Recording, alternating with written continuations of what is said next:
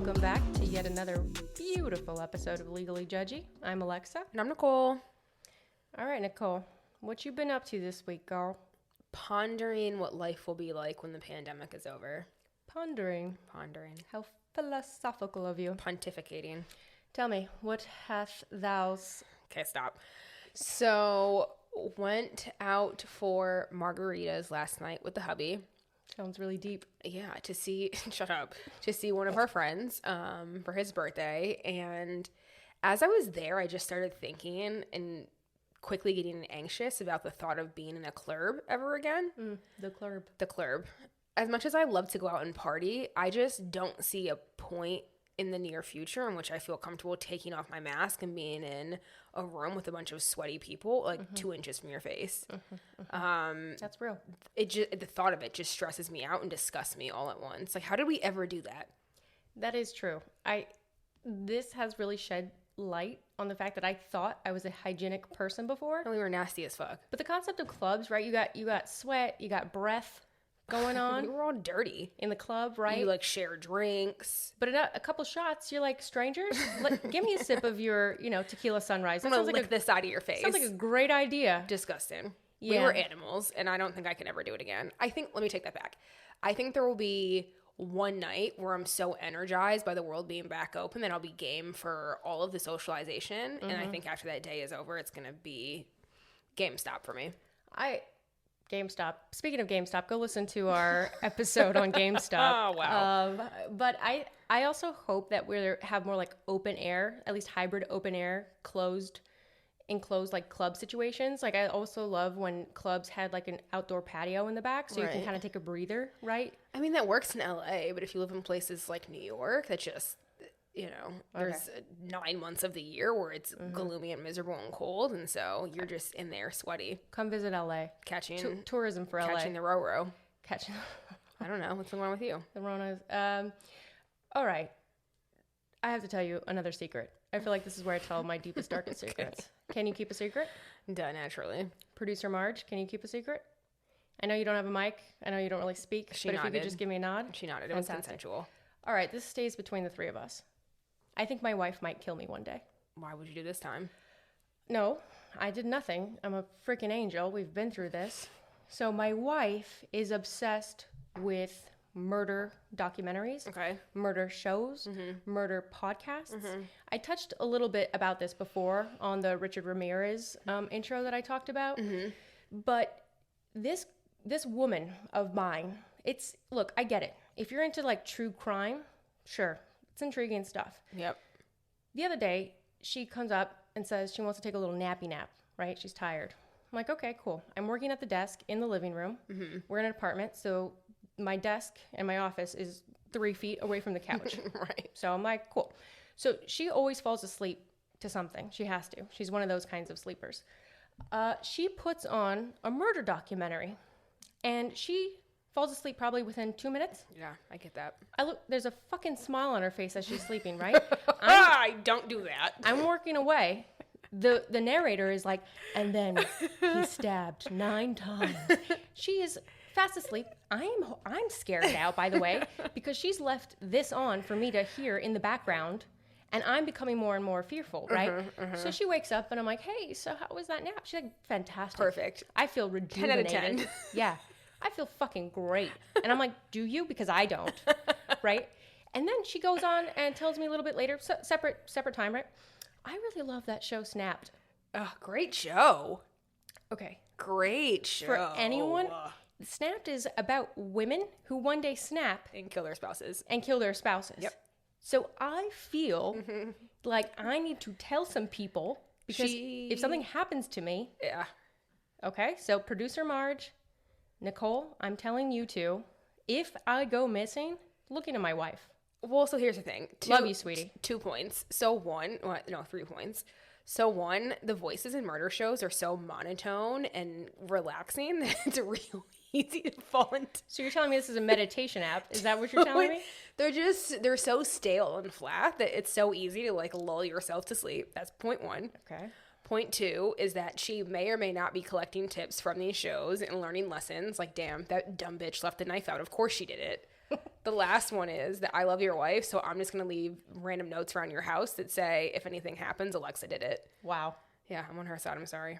You met me first. You only know my wife because of me. You and I talk 24/7. Okay, what's your point? Is there no loyalty? We talk about loyalty all the time. I'm loyal. I'm as loyal as El Chapo's wife was, but I just happen to be loyal to your wife. Okay, that's fantastic. I'm so glad that we're co-hosts on this podcast. Well, we made it here, and we've got more murder, but this time we're gonna stay awake for the murder. This time or at least I'll stay awake. I don't know if your wife will. And this time, I think my wife would get away with the murder. But let's dive in. Let's do today's murder. So the poor victim of this story, because I'm relating now to this poor victim, Maurizio Gucci. We just have so much in common. He was the heir of the luxury fashion house. I don't know if you've heard of it, but it's called Gucci. Small one. Mm-hmm. After his father dies, and a few legal battles, I should say. It wasn't just the death. He also had to fight his way through that fun time. So brief background on the company Gucci. It was founded in Florence, Italy in 1921, 1922. Seeing different reports about it, but by Maurizio's grandfather, Guccio Gucci. I am obsessed with this name. Truly obsessed. Can you the imagine? Smile on your face right now. Your child is born and you're like, Guccio. Yeah. And your last name is already Gucci. Yeah, they're like, last name Gucci. What would go well with it? I know. Let's just add an O to the end. That is perfect. Yeah. So our boy Guccio Gucci, he is actually the founder of Gucci, the grandfather of the star of our show, Maurizio Gucci. But it started out as a saddlery shop, and it continued to grow into luxury goods as we know it. So Guccio dies in 1953. And by a lot of different reports, there's some, ambiguity in them, but he leaves his ownership in the company essentially to 3 of his 5 sons, Aldo, Vasco, and Rodolfo. Love it. Rodolfo is Maurizio's dad. We'll talk over this. I also have to note, he had a daughter, but apparently she got absolutely nothing. I mean, 1953, women's rights were not quite a priority at that point in time. Silly women, right? So the 3 sons really take ownership of the company. But Vasco, he ends up dying in 1974. So really it's Aldo and Rodolfo who get interest in the company 50-50. And it's worth noting that I think Aldo was the oldest. He was kind of the businessman out of the bunch. And he's really the one that leads the expansion of Gucci outside of Italy. Which his father was resistant to do. He wanted to really just stick to his roots. Okay. And Vasco and Rodolfo, they were the creative production types. Well, so I think that from that, there was this combination of creative and business. And so I know that they started to license the brand out in the 1970s. And that's how they really started to get a lot of money because obviously people had to pay license fees to use the Gucci logo and name and all of that. But as a result of all of that licensing, they kind of lost their exclusivity and some of the luxury appeal because it was everywhere. And, as we now know, half of the allure of these luxury products is that it's contained and only available or purchasable by a really small population. So it keeps it in demand and wanted. But then in the 1980s, the family feud kind of starts to pick up. And again, because there's this competition between the creative and the business and everybody kind of has a different vision. And so this family feud begins and they're all kind of vying for power and control of the company. And in particular, Aldo's son, Paolo, causes some problems. And so he tries to launch his own brands using the Gucci name, but the other, I don't really know how that works, mind you, because it's truly just one company and one name. Gucci Part 2. But so he tries to launch his own brands, but some of the other family members from Gucci, including his own dad, end up filing multiple lawsuits against him. And in retaliation, Paolo rats out his dad for tax evasion, leading his dad to serve 1 year and 1 day in prison. What a father-son relationship have I ever heard of one. I was going to say, there's so many scripted TV shows about families vying for power, and they're like, oh, this is like the original family vying for power, right? Can you imagine? So you're Paolo. I heard that he was more of a creative too. So his dad, Aldo, is the CEO. He's the business guy. So I feel like Paolo was like, Daddy, well, they're not British. I don't know. I can't do an Italian accent, but Daddy, I'm just going to go American on here. Stop looking at me like that. Okay. No, I was trying to figure out how to say, whatever. I studied abroad in Italy. I was trying to remember how to say Can we dad. do an accent? This is probably bad. Oh, it's fine. I don't know any Italian. Okay, we tried. Look, sometimes we need to see if we can try something. Clearly, let's not try this anymore. Moving on. So he was more the creative, try to do it on his own. Didn't work. Rats out his dad. It's insane. So in 1983, Rodolfo, the younger brother, right? So again, we have Aldo, the business guy, Rodolfo, the creative guy. Rodolfo dies, and his son, Maurizio, the guy we're talking about, assumes his dad's 50% interest in the Gucci company. And there's not much of a grieving period if we're wondering how close Maurizio was with his good old Uncle Aldo. He sues. He sues to get full control of the company and take his Uncle Aldo out. And it's worth noting that And you said that I'm disloyal. We're not even related. Look at this guy. Wow. This is too much. Sorry. I'm just staring at you. I want the silence. Just the palpable tension. Yeah, because no one can see how hurt I am. So I hope everyone listening knows that silence was my heart breaking. Wow. So our boy Rudy Giuliani is the one that reps Maurizio. How old is Rudy Giuliani? He's like truly ancient. I know that this is happening like in the 80s, but I just imagine him being like 150 years old, right? Oh my God. Well, okay, so in 1988, Maurizio, who clearly wants control of Gucci and the whole family business, so he basically wants his family out, and so he convinces them to sell their shares to this Bahrain investment group. And this group also happens to own Tiffany's and Saks Fifth. So they're like well established in the fashion and the financial scene. But he wanted them to sell their 50% while Maurizio holds on to his own 50%. And so in 1993, he apparently gets a little dicey and slippery in his own business decisions. And so the company's on the verge of bankruptcy. And so he's clearly not being a great businessman anymore. And so some reports say that the business was losing millions of dollars per year and that Maurizio himself was in debt for about $40 million, casual amount. Ouch. And so to basically get himself out of debt, he uses his Gucci shares as collateral. And so he sells the rest of his interest to that same Bahrain investment group for between, I think it was like 120 to 200 million. So basically, just to summarize, this investment group now owns all of Gucci. None of the Gucci family owns any stake in it. Right. 1993, no more Gucci members. And worth noting, the brand's exclusive luxury image was actually restored once all the Gucci members were out, under the new CEO, Domenico Da Sole, and creative director, Tom Ford. So Tom Ford was really pivotal. That's how he got his come up. Yeah, I think that's how our boy Tom Ford started. So this is the Gucci family. So we've got all of the uncles and Gucci, who's the grandfather. It eventually gets passed on to Maurizio. Nobody owns Gucci anymore besides this investment group. So while all this Gucci family chaos and drama is unfolding, we've got this woman, Patrizia Reggiani. Okay. And so she is born into a small town outside of Milan. Her mom is a waitress and her dad is an older man who was in trucking. So apparently her family they were rich for that part of the town that they were in, but they weren't a part of Milan's high society at all. Okay. And so her dad basically spoils her with like mink coats and fast cars. And so somehow because of the things that she had, she was able to get into this elite circle in Milan, where she then meets Maurizio, again, who's the grandson of Gucci, and has, at one point was controlling the Gucci stake.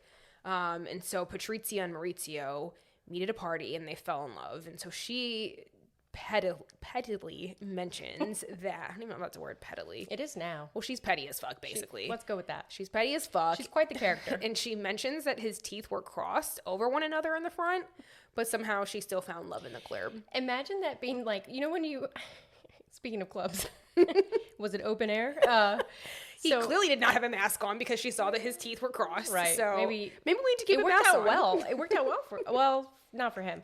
But it's so funny because when you talk about the cute, like, you reminisce with your husband or your wife or your spouse or significant other, whatever, and you're like, oh, when I first met you, right? And be like, when I first met you, I just thought you were so beautiful, right? Or something cute, usually. Right. She's going around in interviews. Well, when I first met him, I noticed his teeth were crossed. He needed braces. Was that a good thing? Like, were you like, that's my man's? She's petty. Okay. But apparently Gucci put up quite the chase. And by Gucci, I mean Maurizio put up quite the chase and basically bought her out against whatever other suitor she had at that time. Bought her out because this woman is a little materialistic, as we'll get into. A gold digger. So they end up getting married in 1972, apparently against the will of Maurizio's dad, Rodolfo. He disapproved of her background, her personality. I'd imagine she was a pretty strong-willed woman and probably didn't want that for his son. Apparently she was super flashy. She liked nice things. People described her as greedy, affectionately. Can I just say that at one point in my research, I uncovered that she said, in quotes, "I would rather weep in a Rolls Royce than be happy on a bicycle." And I was like, girl, me too. I would love to know the setup for that, right? Like, what were you possibly talking about that you... Does it matter that you're like happiness Wonderful. or tears in a Rolls Royce? This woman tears is a fucking saint, let me tell you. So she was actually known locally as Liz Taylor. I guess she had a stark resemblance to Liz Taylor. And looking back at photos, I could kind of see it. Apparently, it's one of the things that actually caught Maurizio's eye. He saw her from like across the room, allegedly, and was like, oh my God, that's Liz Taylor. I need to have her. Yeah, Miss Lizzie. But okay, so we're talking about her and her greed. Gucci wasn't much better. As we kind of prefaced at the beginning, he was known for his reckless spending. I mean, I just want to say not Guccio. No, sorry, Maurizio. I know there's so many Gucci's. There's a lot here. of those here. Maurizio, the grandson. There's Aldo, Rodolfo, Maurizio, Guccio. Everybody's got to go. There's just a lot of O's in this family. All right, so Maurizio. So Maurizio's not that much better. He's known for his reckless spending, and I think together they were quite the pair. And had such a good married life for a while. They were really living the dream. Apparently, they had numerous properties, including a penthouse in the Olympic Tower in New York City, which was really a massive kind of landmark property at the time because it was this new building. It was super top of the line. I don't really know what state it's in now, but they had a penthouse there. And they were known to hang out with Jackie Onassis and the Kennedys. I've heard of them. Apparently, he bought her a yacht to celebrate the birth of their second daughter. Talk about a push present. Telling my wife about this. Husband, I hope you're listening. I want a yacht. Yeah, that sounds nice. Okay, so all living fine, right? And things start to really unravel when Maurizio's dad, Rodolfo, dies, as we talked about at the beginning, right? So she says Maurizio got pretty crazy.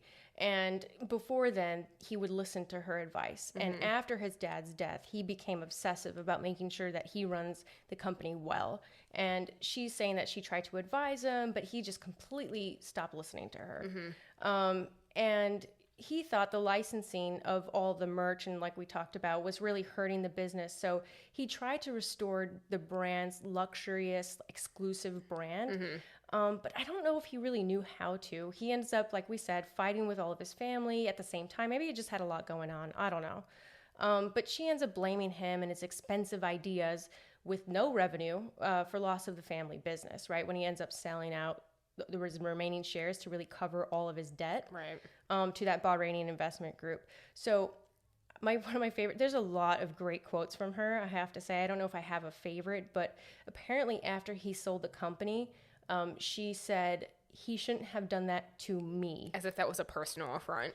Right. It was just because he was bitter at her. But also, okay, so I have questions about how upset or spited she felt, because at the same time, they're still married. They're, living some, like a really luxurious lifestyle. And so they end up having 2 children. They have 2 daughters whose names are Allegra and Alessandra. But then it all kind of seriously comes out of nowhere. In 1985, Maurizio files for divorce. And so leading up to this filing, he allegedly leaves Patrizia for a much younger woman whose name is Paola Franchi, and she's an interior designer. And so basically Maurizio lies and says he's going on a business trip and then literally never comes back. And so I guess Patrizia had a doctor's appointment, getting her health and her wellness on, self-care. And so she goes to the doctor, and the family doctor, is the one that tells her that her husband has left her for the mistress. I wonder what kind of doctor's appointment. What? I don't even understand how that comes up. Like, how does that come up casually in conversation? I don't know, but can you imagine, like, if it's a ladies' doctor's appointment? It's like, open your mouth, say, also, did you know Maurizio left you for another woman? Yeah. Oh, no. Oh. Well, yeah, I was alluding to a different doctor's appointment. Okay. But, yeah, that really sucks. So he's with the other woman. He's also, again, he's trying to, I think he was in a lot of debt and was doing what he could to make money. And so he ends up trying to open some casinos with his mistress in Switzerland. Random. But he's just trying to make money. And apparently they spent a lot of their time traveling around on his 230-foot yacht. Wow. A cool 230 feet. Good for them. And then they settle into this quaint apartment, is what I always imagined, because I was reading on all these different in my research, reading about how they settled into an apartment. Finally I found what this apartment was, because I was like, there's no way you go from a 230-foot yacht to a little apartment. To a quaint apartment. It's a 13,000 square foot penthouse apartment. That's people's houses, multiple houses together. At what point does an apartment stop being an apartment when we're now at 13,000 square feet? Also, who describes 13,000 square feet as quaint? Yeah, I was like, no way this guy's going to do quaint, right? Okay, anyway, it takes a while for them to settle their divorce. They ended up settling it in 1991. And I feel like you really loved this. Well, so apparently during the divorce proceedings, originally he offers her $650,000 per year in alimony. And so this was disgusting to her. Truly deplorable offer. She calls it a plate of lentils. And she said that anything shy of $1 million per year was just not going to do. Imagine calling $650,000 a year a plate of lentils. I would love $650,000. I would share $650,000 a year between you and I, my neighbors, my parents. Now you're getting too far. Okay. All right. So we getting into the lentils territory with you right now? Okay. So we don't really know where she ended up, but it sounds like she ended up settling at $650,000. I don't know. I think so. I mean, he refused to give her the $1 million, so this enrages her. But I think to your point, she ended up getting around the $650,000 a year and eating cans of beans every day, apparently. Poverty. Okay. So in 1992, she's actually diagnosed with a brain tumor. But important to note, it was removed successfully. Mm-hmm. I'm just gonna let that simmer for a little bit. She's pissed off because he didn't help her with her brain tumor. And she was worried about her daughters because I think she was trying to get more money out of him. She wanted him to cover like the doctor's bills. Mm-hmm. It's like not his fault that you have a brain tumor, but okay. I think the $650 probably could have covered, if you're not, I don't know, very expensive lentils, but let's spread it out. So it became, I guess, word on the street, well known that she was looking for a hitman. Asks her cleaner to help her with this, and even a random person to ask. She's like cleaning the tub, and you're like, "Hey, do you want to kill my husband?" She's probably so arrogant and rich that she's like, "Oh, the help." I'm sure they would know contract killers. Yeah, they would do anything for money. Maybe you'll do it. And she even asks her lawyer what would happen if she got rid of Maurizio. Well, so she ends up being quite successful because in 1995, Gucci gets shot and killed outside of his Milan office. And so because of all this family drama and the court cases and the feuding, police initially think that it's linked to like all of these family feuds or to his new casino because he's not, he's trying to make a name for himself in that space in Switzerland. So because of this, it ends up going unsolved for basically nearly 2 years until the police are tipped off. And they find out that Reggiani or, Patrizia had hired a hitman. Yeah. So I love the way that this kind of unraveled for her. So one of the accomplices, we'll get into all the different people that helped her, was apparently a hotel porter at this very seedy kind of, I imagine it like those dark lit hotels you see in like TV flickering. Shows. Yeah, like she's smoking in the corner. There's people in trench coats, they're half their faces veiled in shadows. Naturally. And it's where Patrizia's personal psychic and best friend frequently stayed at this hotel. So this porter was talking to somebody, bragging to somebody about how he helped set up the murder. And then that person that he was talking to informed the police. So dumb. Well, okay. I truly think Patrizia is a gem. This lady is an icon. So basically the day after she has her husband murdered, she sends an eviction notice to the girlfriend, the mistress. And there's a timestamp on the paper that shows that it had been made at 11 a.m. the day before. Basically, on the day of the murder, she at 11 a.m. finds time to put together an eviction notice and sends it to the mistress and moves into the same apartment with her daughters the next day and stays there until she's caught. Like, can you imagine how savage you have to be to hire a hitman and kill your husband, and then the next day be like, "Hey, mistress, you out, girl. You're homeless. Go find somewhere else." You're like waiting out. It reminds me of Chapo. It's like the Chapo wife being like, "We're gonna put on these red velvet matching blazers while your side piece is testifying in a blue jumpsuit." Insane. And also, she happens to tell her friends the day after. Well, she tells her friends and reporters that she basically wanted him dead the whole time, which is why they start calling her the Black Widow. Talk about people we'd hate to represent. I don't know. She might be fun. Okay. think your definition of fun and my definition of fun are.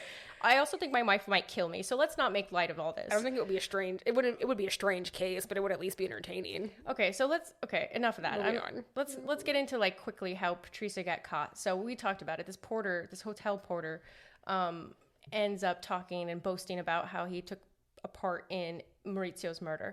So based on that informant's info, police actually set up a sting to catch her. The police officer poses as a person that talks to the porter because I guess word got out. The porter was very unhappy because Patricia promised him some money for his help in setting up the murder. And apparently she didn't pay his bill to him. It always falls apart when they don't pay the bill. I know. And this poor guy, he's working at a seedy Snapped, hotel. you would know that. I'm not white. I don't need to be more in fear for my life. So he starts venting and complaining to anybody who will listen that Patricia owes him money for his help in Maurizio's murder. So police catch wind of this, and then they pose as a potential hitman to be like, oh, so do you want me to take care of Patricia? And that's how they get him. And so in doing that, the porter just, word vomit, just starts talking about everything that happened. Snitches get stitches. But I mean, ultimately, he helps them solve the case because shortly thereafter, the police arrest Patricia in 1997. And when they arrest her, she happens to be wearing a fur coat. Of course. A floor-length fur coat, because if you're going to go out, you go out in style. Of course. And quickly kind of start trial around all of this madness. Yeah, the trial goes on for 6 months? Which isn't that long. No. And it was like a spectacle, right? I feel like Italy was really enthralled with this story. Yeah. I mean, it sounds like something somebody wrote. So Patricia is charged with arranging for Maurizio's murder, and she had 4 accomplices. You had that personal psychic and BFF who admitted that she is the one that contacted the hitman directly, but said that she only did it because Patricia told her to do it. And then you have that hotel porter that we talked about. Right. He was the friend of the psychic because she stood at the hotel that he worked at. And the 2 of them apparently were the ones that contacted the hitman. And then you have the hitman himself, who apparently I think was a pizzeria owner in debt. So I don't know if he was like part-time pizzeria owner, part-time hitman. I don't know what the story there was, but... Did he go straight from the murder to the pizza or vice versa? I mean... Could he tell the difference between the sauce and the blood? I do not. That's disgusting. I don't know what to say to that. And then you had the getaway driver. And apparently, this is one of my favorite parts. So during the trial, the police made a spectacle of the hitman and the getaway driver. They would handcuff them every day into court and then put them in this giant cage that was in the middle of the courtroom and just put them into this cage, handcuffed, and then locked the cage door. Like zoo animals. Wow, that's sad. And they just had to stand there the entire court hearing. But apparently they were impeccably dressed. So on the other side of things, Patrizia is coming to every hearing in truly head-to-toe Gucci outfits.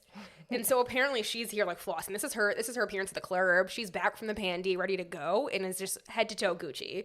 And so, as evidence against Patrizia and the 4 accomplices, specifically Patrizia, really, she had some quite incriminating evidence against her.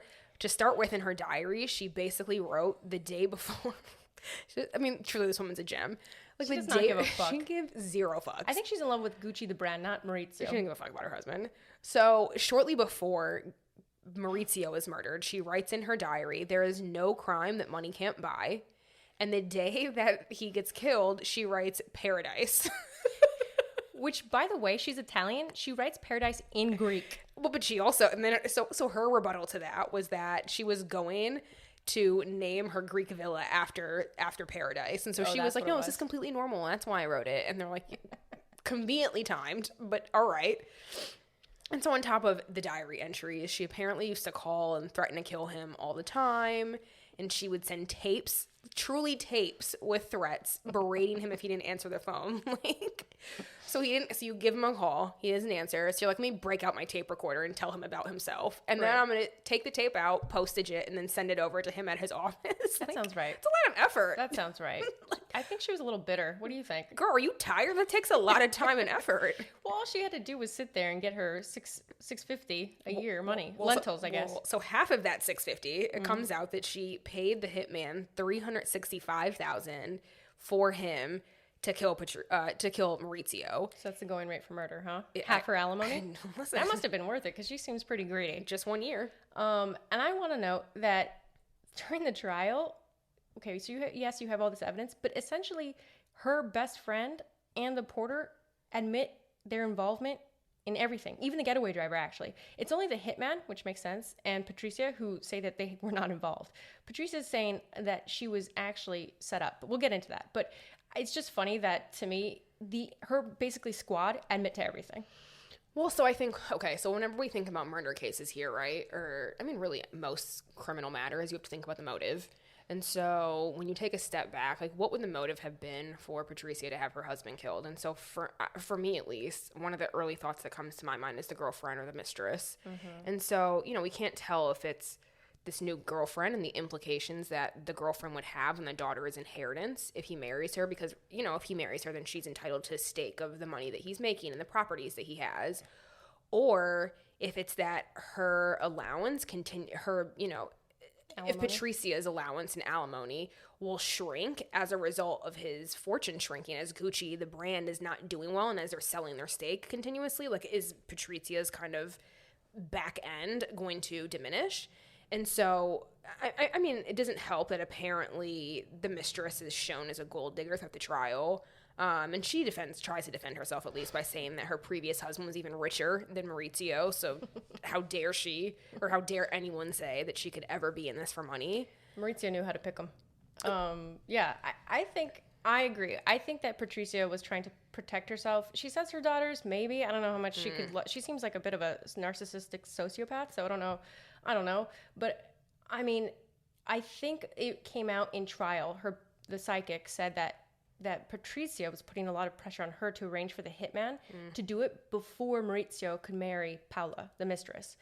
So I agree with you. I think that she was trying to protect her stake because the second they got married, maybe the alimony would be diminished. I don't know. Or, you know, the new wife could spend the money before she could. Mm-hmm. And it came out that she would often talk about the fact that she said that another woman was taking her power, status, and money that she earned. I like the word earned. That feels very like a loose interpretation of the word earned, but okay. Yeah, okay. So what was her defense at trial? She said, her lawyers said that she was mentally disturbed. And they actually used... I mean, she probably was, given the things that we've uncovered that she said, but... Like you said, they actually took the evidence that you talked about and tried to use it to her favor. Like you said, like, no, she is crazy. She's obsessive. Look at the times that she talked about him in his diary, the tapes that she would send him. The VHS tapes of her probably, in her floor-length fur coat. I will kill you. In her Gucci outfit in front of, like, a fucking Mona Lisa.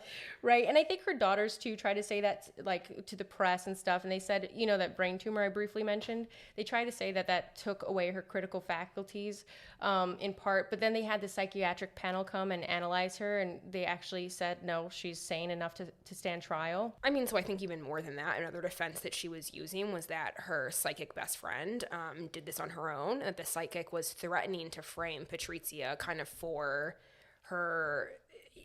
some of the things that she had done, like the tapes and the diaries and blah, blah, blah, blah, blah. So she was basically allegedly at least, forcing Patrizia to pay this $365,000. But then Patrizia gives this entire defense, right? She says the psychic did it on her own. She's framing me. It's all an exploitation, blah, blah, blah, blah. And ends it with saying it was worth every penny. Girl, what? On the stand. Girl, do you know how a defense works? On the stand. Do you still want to defend her? I mean, I would literally be crying in tears if I was trying to defend my client. She's like, it was worth every penny, though. It wasn't me, but it was worth every penny. Can you imagine the coaching beforehand? You're like, Patrizia, say, I did not do it. She's like, but I did do it, and I hate that bastard. And it was worth it. You're like, Patrizia, no, that's not what we talked about. Yeah. Also, can I note what a terrible psychic? Like, you didn't see that, like, if you helped her. She wasn't great. That this was going to happen to you? Her cards were fucked up. Okay. Somebody get that girl a new stack. I hope she's not using that in prison right now. She needs a. She's telling everybody they're getting out. Yeah. And they're like 50 years later, they're still there. There goes her business. Well, so unsurprisingly, the verdict is that Patrizia is convicted of arranging the killing of her husband.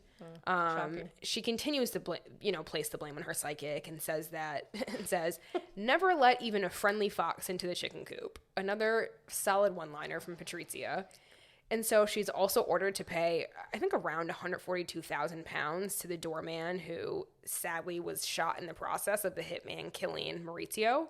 But allegedly he's yet to receive any of said $142,000. I feel so bad for that guy because I don't think it's known that Maurizio, obviously he died, but also the hotel doorman got shot twice in it. And he saw the hitman. He was a key eyewitness. I mean, he didn't get to identify the hitman. But apparently he was so poor that they made him go back to work the next day.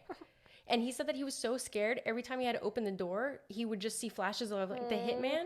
And he's like, and he still has not received that money. Well, okay, so at least to his justice, the hitman got life in prison. Okay. Your favorite psychic in the world, who would definitely be calling after this for you, gets 25 years. The getaway driver got 29, and I think the hotel porter got 26.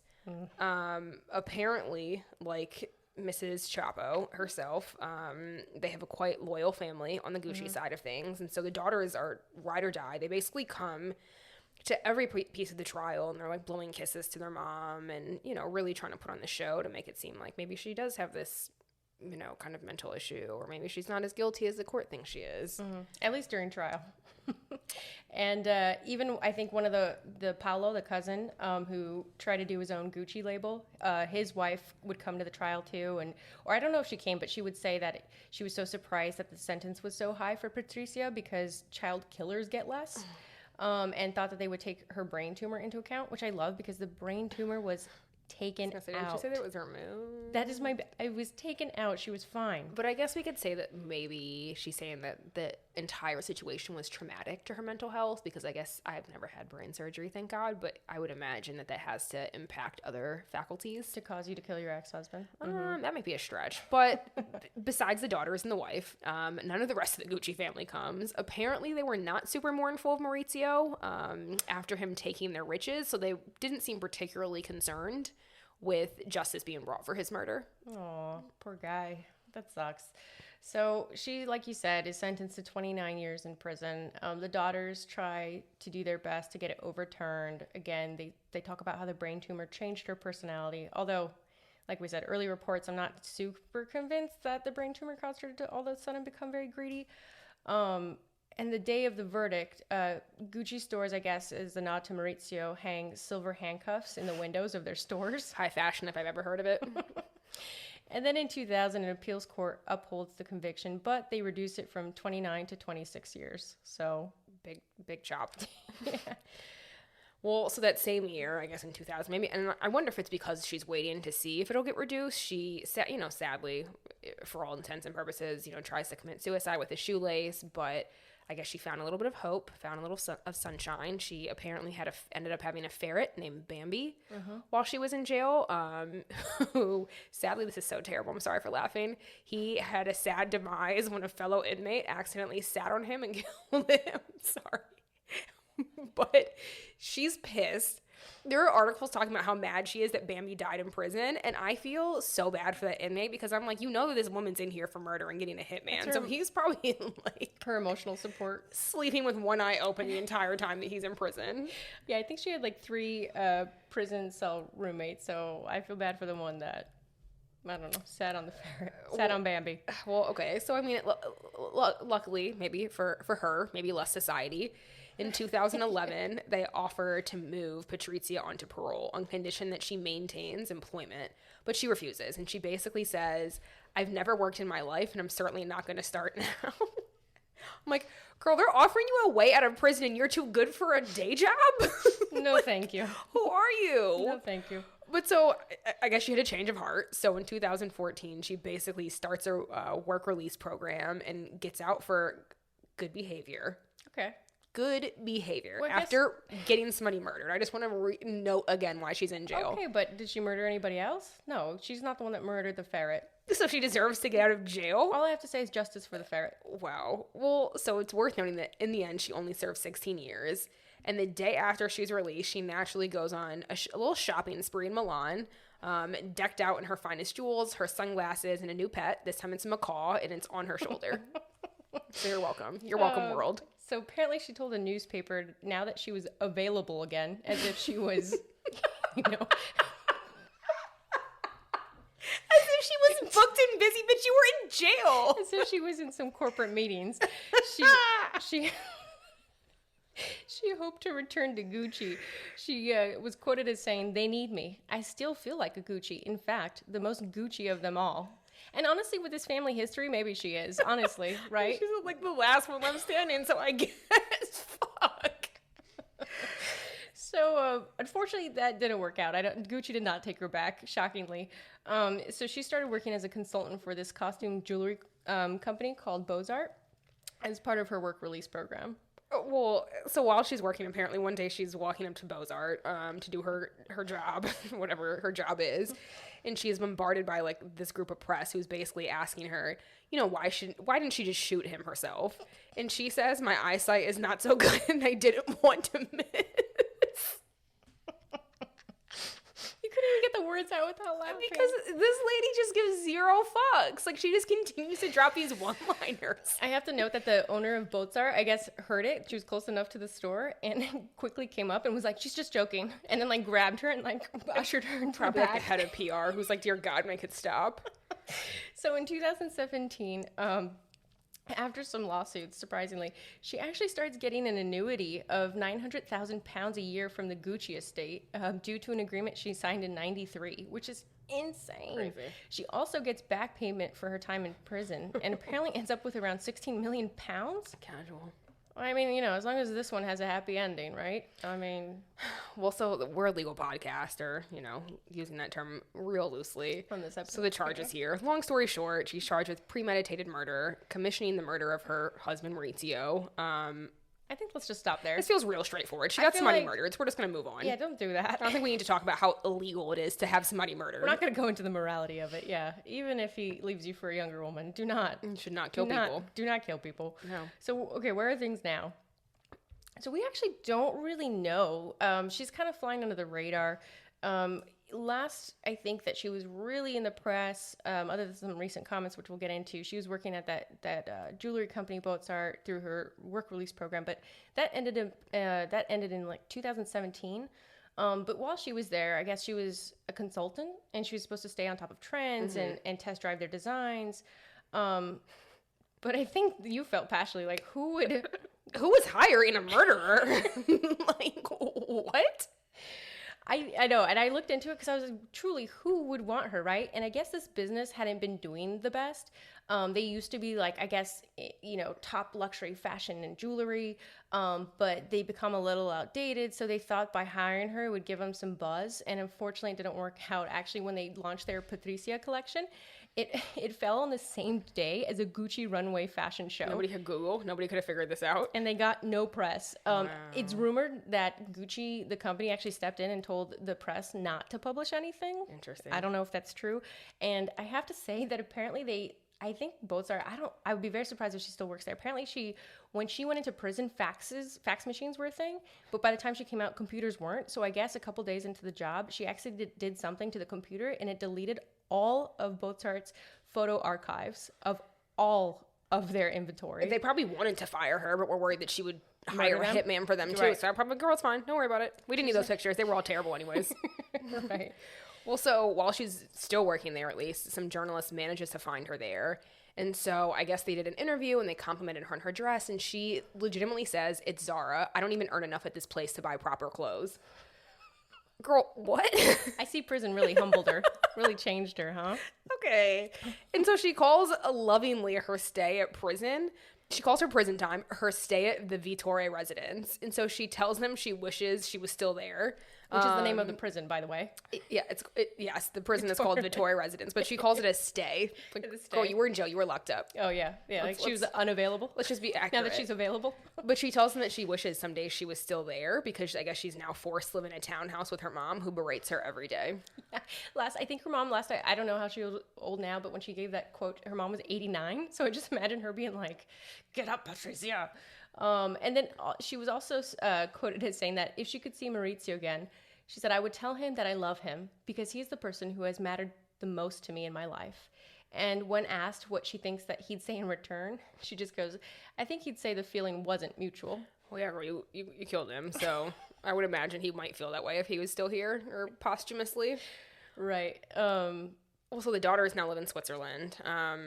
Shockingly, they don't visit their mom very much. Apparently, they want to cut her off financially, but then a court recently decided that she's owed this annuity and she's owed money. I know they apparently appealed this to a Supreme Court in December of 2019, so I think we're still waiting to see what happens there. But again, like you said, that she signed this agreement long before the murder.